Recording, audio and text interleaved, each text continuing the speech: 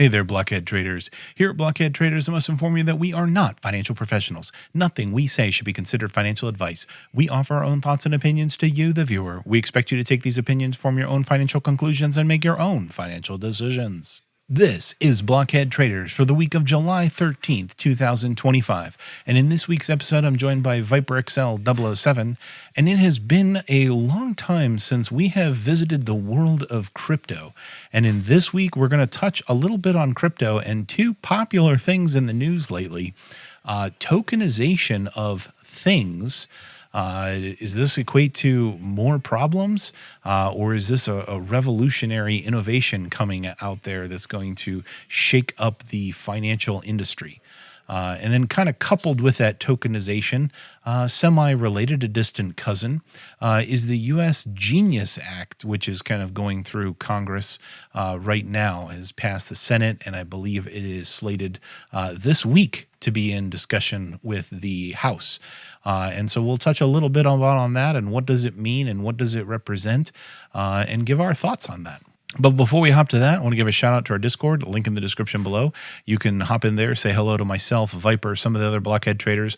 Love to hear what you're trading, love to hear what type of content you want to hear about. Also, you can go to thetagang.com/sprocket888 as well as /ViperXL007, where Viper and I post each and every one of our equity trades, the good, the bad, and the ugly. Last, this is available in an audio-only format wherever you get your podcasts. So look us up, subscribe, and if you can't find it there, let us know and we will get it there. But let's hop to this week's content. Viper, tokenization. I kind of want to start with tokenization because it sounds real fancy, and you might think, crypto tokens.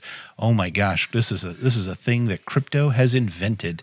This is unique to the crypto industry, and really, I don't believe it is. I came across this term kind of in the data and security realm, and I don't even know if they invented it. But let me just mention briefly a little bit about my understanding of tokenization. And then we'll kind of transition into what does that actually mean? Where is that kind of used? So tokenization is really just a way to take some object or some data, some entity, and then change that thing into something that is not that, some anonymization of it. So one area that I have seen it used in is when somebody is collecting, usage data, and they say, none of this data, all the data that we collect for your usage is anonymized for our own study.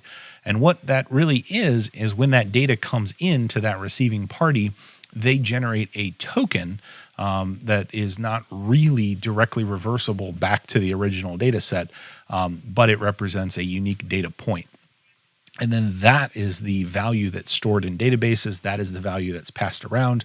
So nobody knows that, token 54547192 was, my home address. And then they can use that to say, oh, this is how many times this thing had done whatever, right? It's kind of the anonymization of that value. And the thing you pass around is called a token, and that's why it's called tokenization of the entity.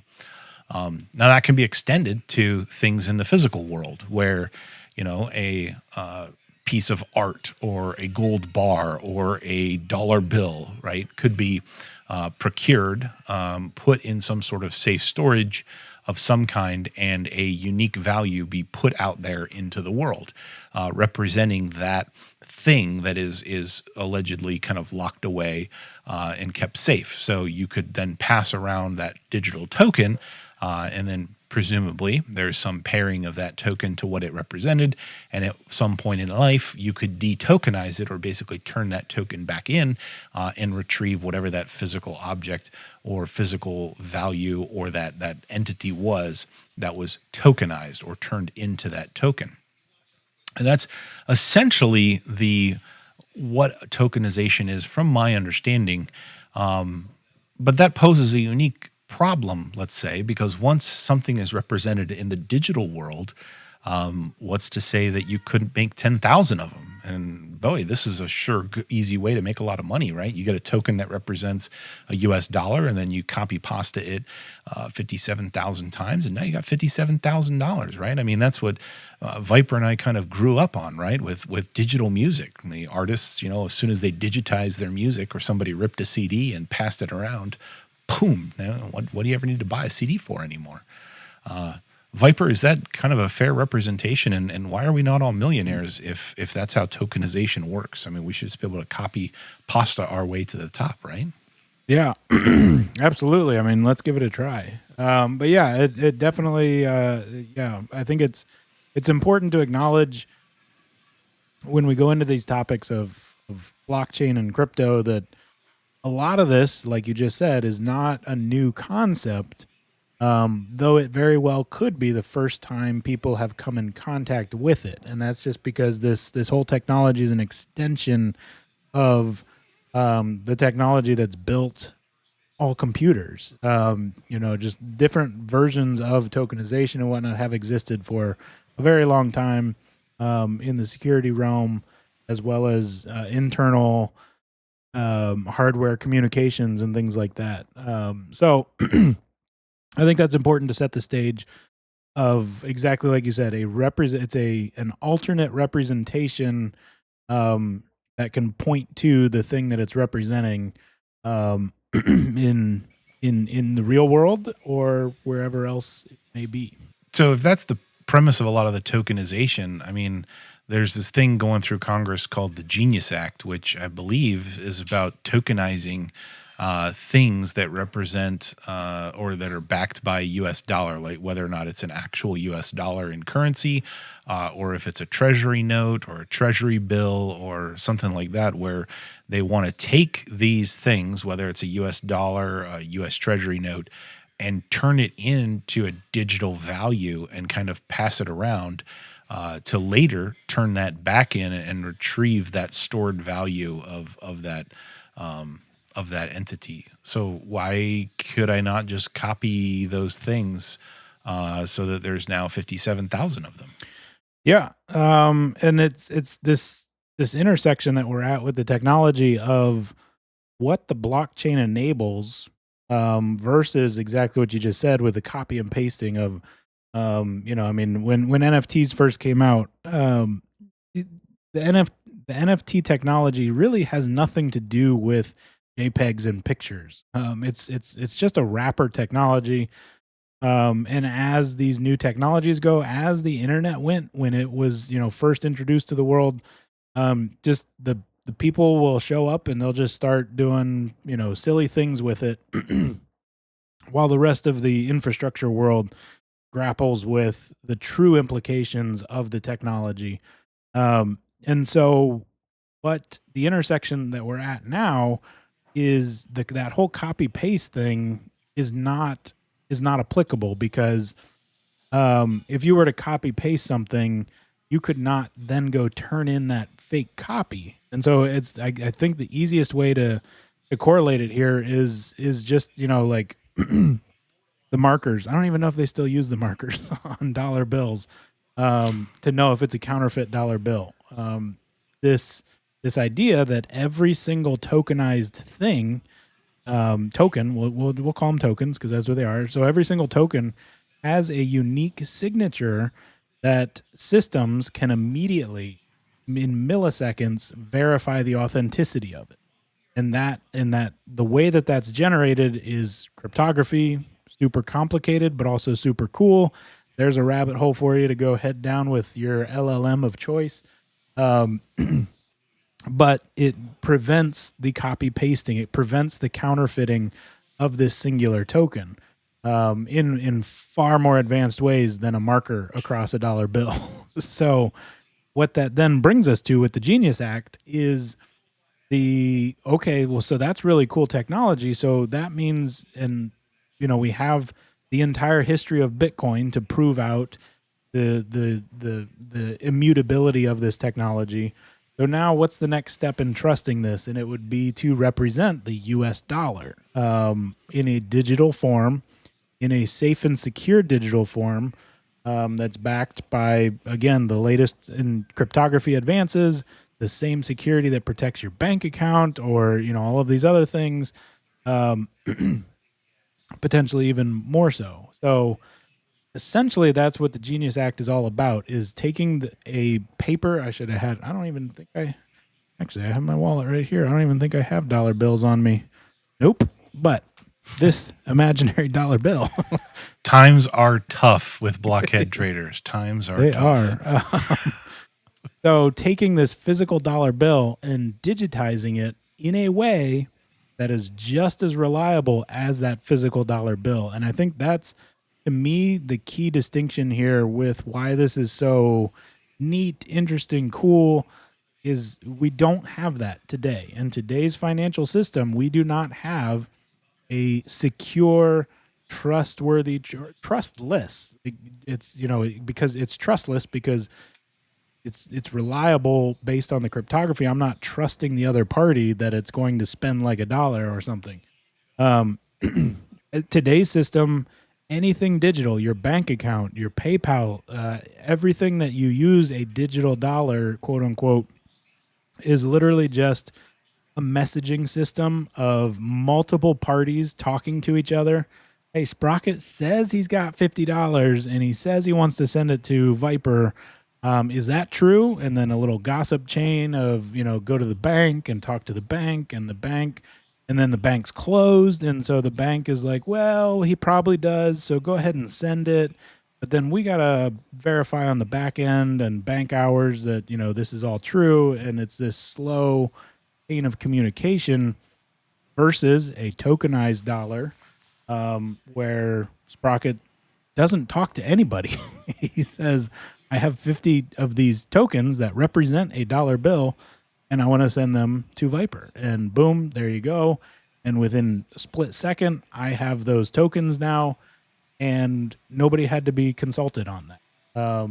And so I think at a high level, that's kind of sets the stage of where this is at, and opens up a lot of possibilities for where we're headed.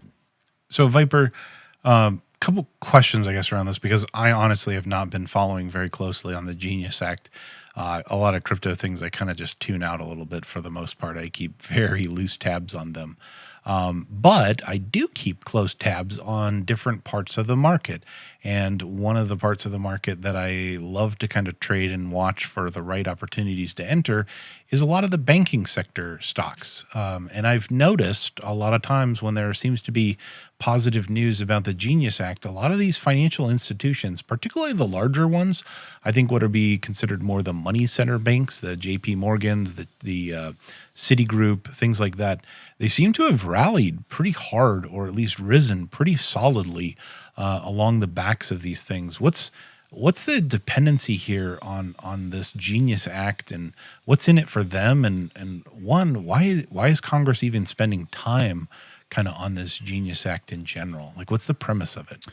Yeah, so it's interesting, and this is certainly one of what I think is the more fascinating aspects of all of this. Is so what the Genius Act does is it lays crystal clear the groundwork of, if I want to issue a token of the U.S. dollar, it lays the groundwork crystal clear of A, who's allowed to do that, and B, exactly what do they have to do with that, or to back that. And so what's interesting, so those two things: one, who's allowed to do it, because not everybody can. But it's a federally regulated program, and specifically federally regulated institutions. There's specific criteria. Banks obviously fall into that category implicitly, just as they're already heavily regulated and federally tracked. So they're allowed to do it. And then two, the way that they have to do it is, if I want to mint my token, I'm gonna, they're stable coin, so it's called a stable coin. If I'm, let's say, Bank of America, and I want to issue a stable coin, I'm allowed to, because I'm Bank of America. And every time I issue that token, it has to be backed by cash or a treasury bond or note or something to that effect. So, as I understand it, and this is, I'll kind of toss it back to you to confirm or deny, because now we're straddling the line of worlds where like it's stuff I'm interested in, but then stuff. So, um, so what they have to benefit from that is the fact that if they get their if they get their stablecoin used in circulation, so they're essentially minting this token to be used in circulation. It's used in commerce, whatever, digital commerce. All of them spend the same, but every time theirs is used, they are backing it with a treasury note, and so now we're bringing in U.S. debt to the equation, and we're bringing in interest rates. And so banks can actually be using this as a revenue generator in the same exact way that they use cash deposits into the bank. So this almost is like turning the bank to, I mean, they're still going to care about customer deposits and all that stuff, but it's giving them an additional type of customer deposit where it's not really a specific customer. It's the fact that people are using their stable coin, which is now they're taking that dollar from the person using their stable coin and they're going and buying a treasury note with it, which is now going to yield them a 5% return or whatever. And so now that is a whole new avenue of revenue, and they didn't have to acquire any customers for it. So, in my understanding, not a professional and all that good stuff, but in my understanding, that is a significant driver of one, the stability of the token. That's of all the crashes we've seen in the news from the crypto industry. Most of those crashes were because something was said to be backed by something, and it turns out it was all vaporware. It was not backed by it. So lo and behold, it collapsed. So this is official regulation that says, no, you have to hold this certain asset in reserve. And so now the stable coin is actually stable because of this regulatory effort. And banks are interested for that reason, as I understand it, of revenue growth, which now puts buying demand on U.S. debt, which now ties Congress in as this is exciting because now we're getting a new revenue of buy pressure for the U.S. debt. So that's kind of how I imagine it all being interlocked together of why everybody's interested and why it matters. No, that makes a lot of sense, and I'll do a little homework to confirm a lot of that. But I imagine there's also fees that banks could charge for using their token of some kind, transaction fees, stuff like that, that they get to tie into it, issuance fees. But you're right. I guess technically that is another store of value, just like a cash pile would be. And if they are buying the treasury bills and treasury notes on the back end to fund it, yeah, they would be receiving the interest rate of that as part of the holding. So that makes sense. I mean, it's one thing that is probably a sure thing for the foreseeable future. At least it's been a sure thing for at least my lifetime. The U.S. debt hasn't ever gone down, so I feel like, yep, the more ways you can force someone to buy that, that's cool. But that will create some interesting possibility. So one of the things criticisms that I think I've heard over time, right? Not over time relating to treasuries or anything, but just capitalism in general, right? As soon as the consumer stops spending, man, do things grind to a halt and things fall down real fast. I would wonder what would happen if we had a lot of this treasury consumption into these stable coins, kind of with this planned ingestion, let's say, of the U.S. debt, buyers of the U.S. debt. If anything were to disrupt that, such that once you got used to that appetite, what that might do to the price of treasuries, I almost feel like it could amplify decline if you cornered a bunch of the demand in a particular way like that, and then all of a sudden it disappeared. kind of like when, some of the biggest buyers of U.S. debt right now are foreign nations. And if they all just stop deciding to buy the U.S. debt, the treasury auctions, I feel, would, or if they wanted to unload them, right? I feel like that could be a real destructive weapon on what it would do economically. So I don't know. Maybe that's an avenue of consideration here of, gee, what would happen if people became dependent, or the system became dependent on this and something happened. But that's probably too doomsday for this show. Well, I mean, you say that, but there's the CEO for the company called Paxos, Paxos. Paxos is an issuer of stable coins already. They issue, PayPal already has a stable coin called PYUSD. Paxos issues that stable coin. So that's just to say that they're very invested in the success of this. And I mean, they're, huge proponents, obviously, of the Genius Act and whatnot. But to exactly your point, the CEO of Paxos recently came out and gave that warning of, all right, it was sort of like, it kind of felt like, all right, everybody be cool, because he was kind of like, this is potentially huge buying pressure of U.S. debt.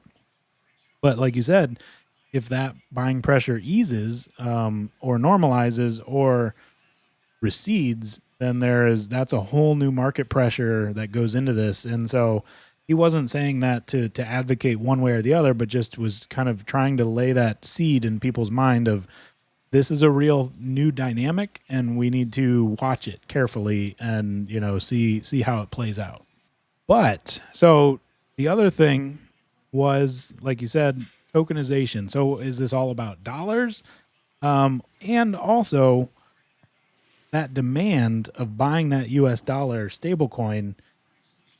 Sure, that's cool. I can send payments super fast, and that is a huge use case for it. But what else could I do with this, either tokenization technology or the dollar itself, because that's really what's going to drive the demand and sustainability, is that you need something to do with this dollar, right? Like I said, payments are one thing, but being able to use it in ways that, facilitate that yield or anything like that, kind of also opens up the second topic, which was the Robinhood stuff, where Robinhood announced tokenization of stocks. And so this is the same exact concept of the stablecoin, but instead of being backed by a paper US dollar, it is backed by a share of stock. And so Apple, Nvidia, all that stuff.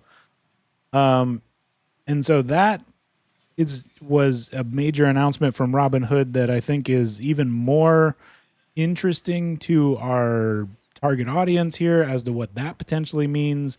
And that is still super early in development. Like all of Robinhood's announcements are not, this always cracks me up, they're not US regulated or approved. So Robinhood announced all of these tokenizing of stocks, and it's for the European market of US stocks because I don't know, it feels weird. But what's interesting to me is how that breaks down how we conceptualize the stock market. I mean, right now you think I go into my broker and I have my money and I trade my stocks or whatever. But if it's tokenized and it now lives in the public wild outside the walls of that broker, instead of paying me that $50, maybe I'm like, hey, could you send me 0.2 shares of Apple or something like that? And it's a direct transfer of that underlying stock between us because it's tokenized and can move around like that. So that's, I mean, I don't know if any of the idea of tokenizing of stocks gives you any interesting thoughts on what could be done with it, or the usefulness of it. And to be honest, it's so new, we don't know exactly what it's going to look like.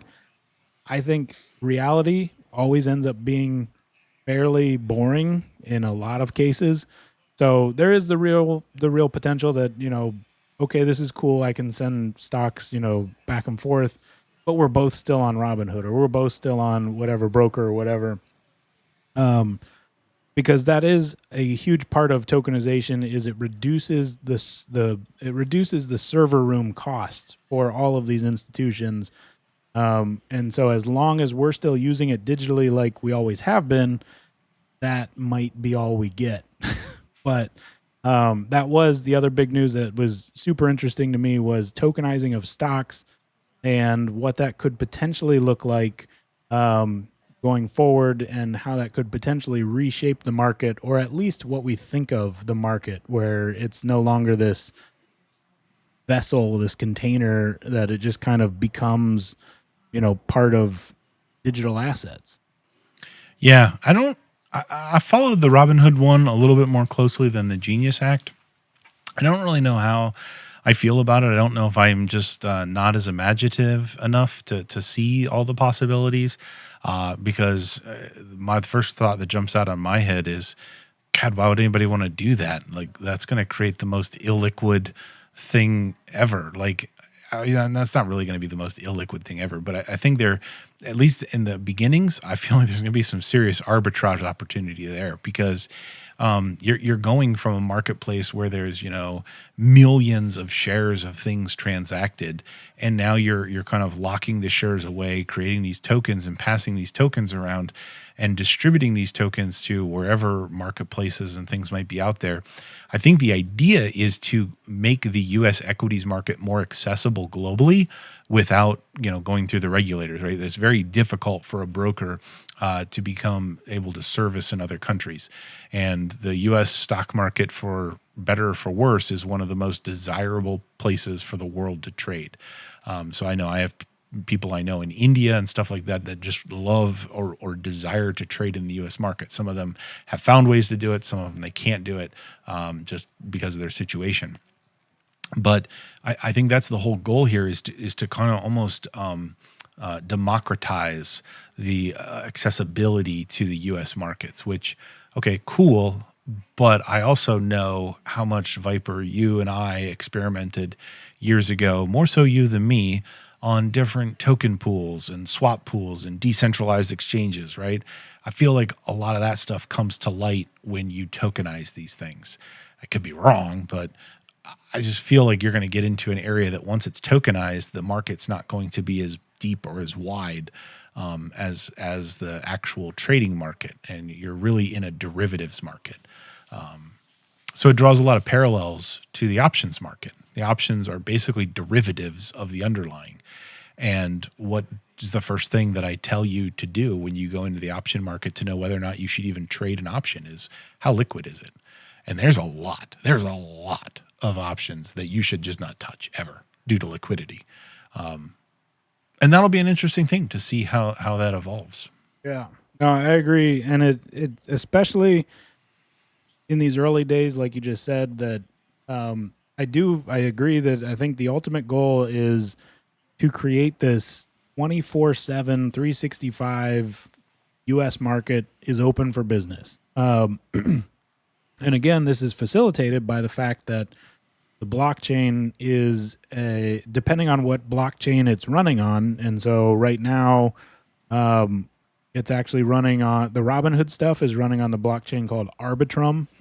And so that is a decentralized blockchain. So again, going back to this server model, that can trade 24/7, 365, and no one institution is responsible for maintaining that market, the servers that are servicing that market, that are enabling this. It's decentralized. There are nodes around the world that are running those quote unquote servers that are enabling people to trade and send those things back and forth. And so that opens up that fully accessible market, like you were saying. But yeah, in a horrendously illiquid situation at the start. And I mean, the price is pegged. So there are things called oracles that will watch the US, the NASDAQ, the NYSE, the stock market. It'll watch that price and it will keep the price pegged as long as the market's open.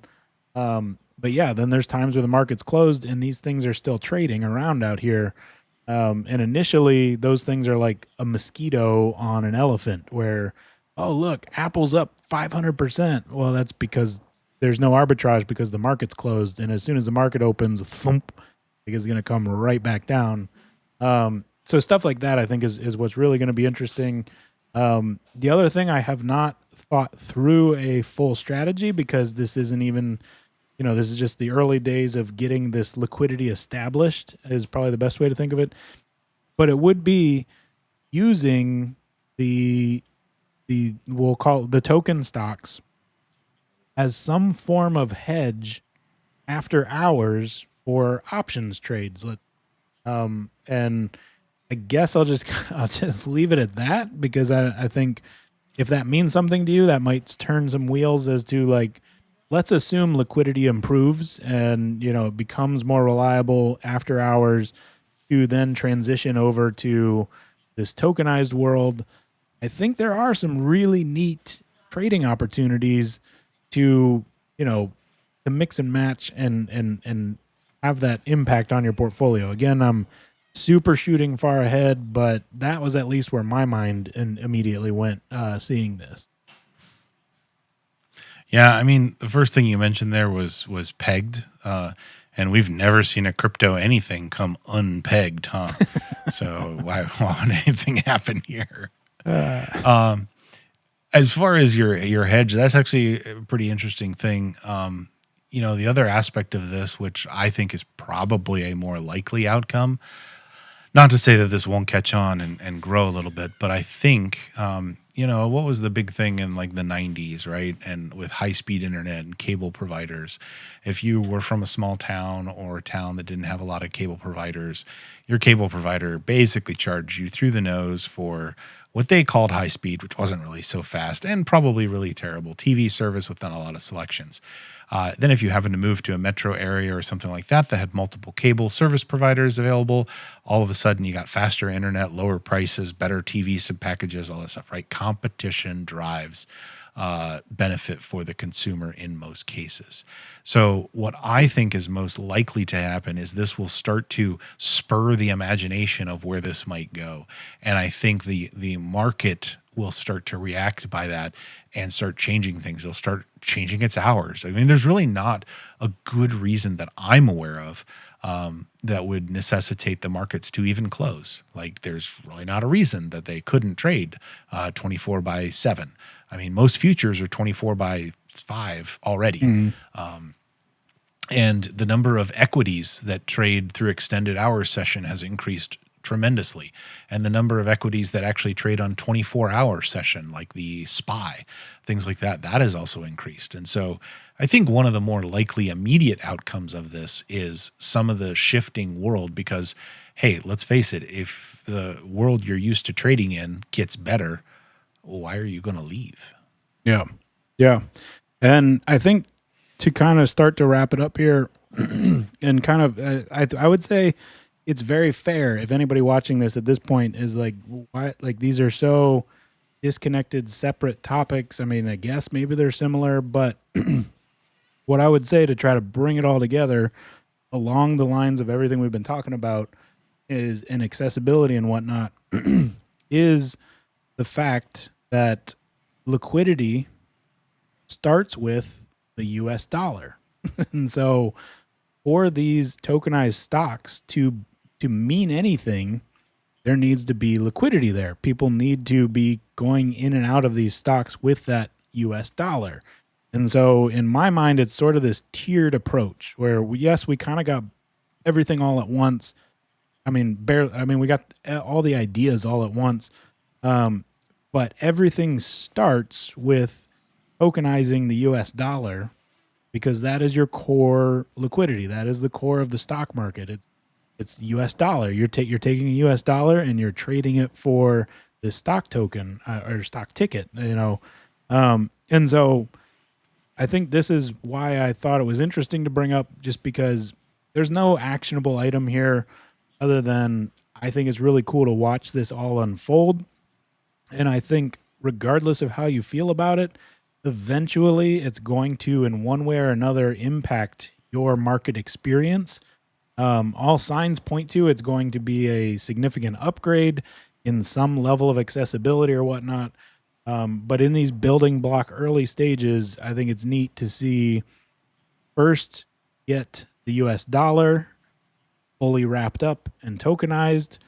Now that you have this big pool of US dollars, what if we had stocks that you could move in and out of? And so now we're creating that demand for this immutable, non-counterfeitable dollar bill that we can now move around on chain, between these tokenized assets. And so I think things start to build from there as far as, what this eventually ultimately looks like, which I would say nobody knows exactly what it's going to look like. Everybody, very smart people, have very smart ideas, but the market will always decide what this looks like. And so I think that is, I don't know. I think maybe it's the technophile in me that is just, I think it's a very special moment in financial history, financial market history, to see how this plays out. Yeah, for sure, Viper. Totally agree with a lot of that sentiment there. As this is, in my opinion, just another step of that lowering the bar of entry to the world to dabble in the markets and equity trading, which has been happening for decades. Years and years ago, even getting a stockbroker was a thing. You used to have to call people on the phone to place orders, right? And then you had web access, and it's just been this lowering the barrier to entry. And I think this is just yet another evolution of it. And every bar lowering of entry brings a new user experience and new possibilities. And I definitely think that that's what's occurring here, is just a further evolution of that environment experience, which I'm excited about, because I am a firm believer that the ability to build wealth for future generations, generational wealth, one of the large components of that is the ability to invest and trade in the markets of the world. So that brings us to the end of this week's episode, where we just kind of took a look at some of these greater topics in crypto and tokenization of things, how that's kind of moving through Congress, and just pontificated a little bit about what possibilities that might entail. What are some of the pros? What are some of the cons? What are some of the things we see, the gimmies, the gotchas that are out there? And by no means is this a exhaustive list. It's just a couple of musings by a few random guys on the internet that probably 7 or 8 people might tune into in our lifetime to hear about it. So, we'll see how this plays out as we kind of keep an eye on these things. As I mentioned and Viper mentioned, we're excited just to see how it plays out, whether or not that is the, evolution of the trading environment, of the next phase and more democratization of generational wealth building capabilities, or maybe that's just the technophile in you and you're just really geeked out by the cool tech that backs a lot of this stuff. Either way, there's an interest in it, and hopefully you found this discussion interesting, maybe triggered a couple things in your mind to think about, to go do, and heck, maybe one of those 7 people that watch this have been inspired and they're going to be the next crypto czar of the world, and they'll someday look back and say, I got my start on Blockhead Traders. They better join the Discord. Yeah, we want to drop a note in the Discord to let us know that you're that czar that's gonna grow up to rule the crypto world. Anyway, that brings us to the end here. Hope you guys had fun. Good luck out there in the market. Earnings season is going to really start ramping up here in the next week or so. That should be a lot of fun as we return to some of those trades in the equity world. So good luck, have fun, and remember, think outside the block.